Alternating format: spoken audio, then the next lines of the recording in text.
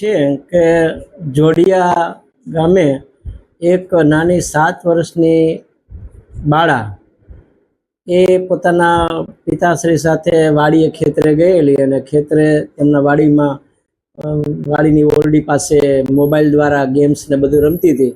એમાં આરોપી અશ્વિન ગોહિલ નામનો માણસ આવીને એમને જબરજસ્તી ઉપાડી લઈ જઈને બાળકી ઉપર દુષ્કૃત્ય કર્યું।